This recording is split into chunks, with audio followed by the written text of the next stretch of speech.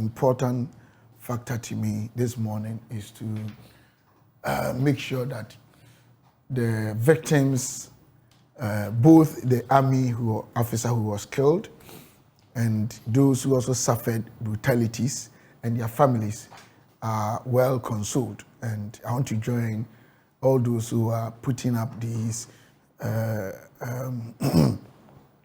positions of empathy. I want to be with them to console the victims, and also to say that I think the right and the appropriate and effective investigation be conducted so that what is required by law will actually be implemented or pursued.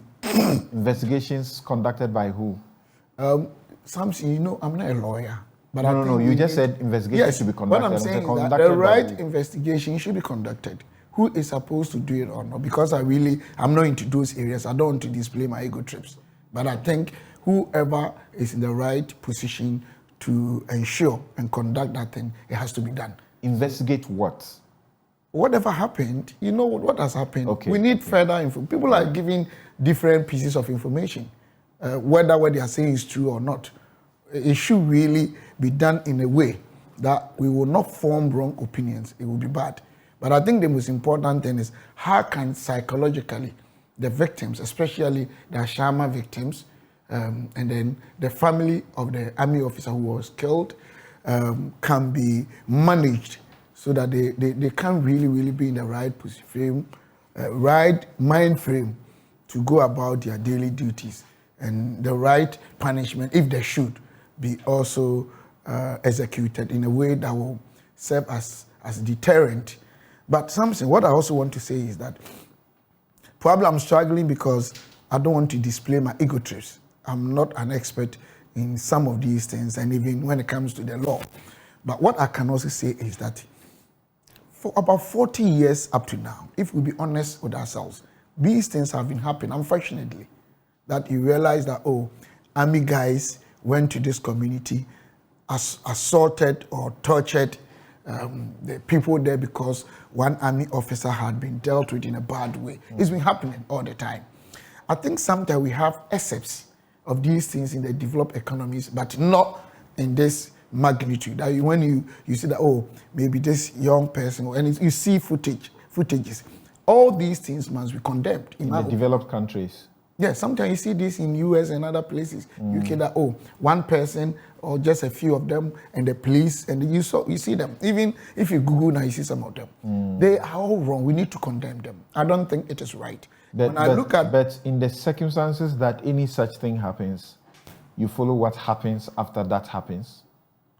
Oh, of course. You see the right decisions are taken. They just take them, I'm sure, out of investigation and know who and what went wrong. And that's why I'm calling for investigations. And one thing I also want to say is that we need to be we need to be careful we don't politicize this by our comments. All of us as a country. This is a very... I'm not sure on this platform anybody has done so. I'm not talking about platform. Okay. I'm even surprised you're also doing this. We are all talking to the entire country. It's a very unfortunate situation. How can it be politicized? I'm saying we shouldn't. No, I'm asking you, how can it be politicized? By our comments. When how? It happens... How? When it happens like this. That the president is the commander-in-chief at this time. Are you limiting and that he has failed. I haven't said that. Something like that. I just want to have an idea what you mean by politicization. Politicization, when these things happen, we live in this country. By experience of what we see, people politicize it. Probably some people think they want to make political capital out of that. People sometimes make statements. So have you heard somebody politicize this so far? No, can I have something? I want an idea. So when I end, then you ask me.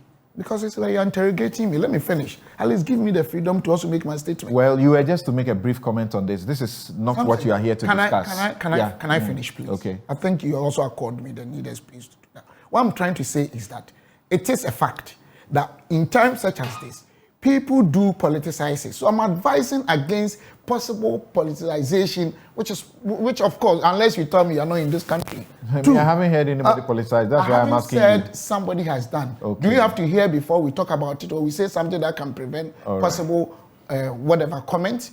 Two, we also have to make sure that as a country, we need to find a very permanent, perpetual solution to this unfortunate thing that has happened. These brutalities and the assault. I remember. What's your prescription? Finding a permanent, perpetual solution. I'm coming to that. I'm coming. When our late Army officer Muhammad died, such an unfortunate issue, look at how the communities were also tortured by the army. It's wrong.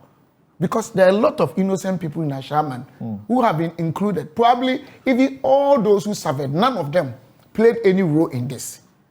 That's what I'm saying. So as a country, it keeps on happening. It's reoccurring.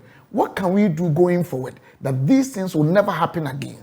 That's all that I can say. Okay. And I also think all the security agencies should, and those whose jurisdiction also play a critical role in some of these things, come together, review all these incidents or events, unfortunate events that has happened for people to suffer, and come out with a framework that going forward, we can mitigate the impact of some of these things, because it's very unfortunate that happened in Ashaiman. That's what I can say. Okay.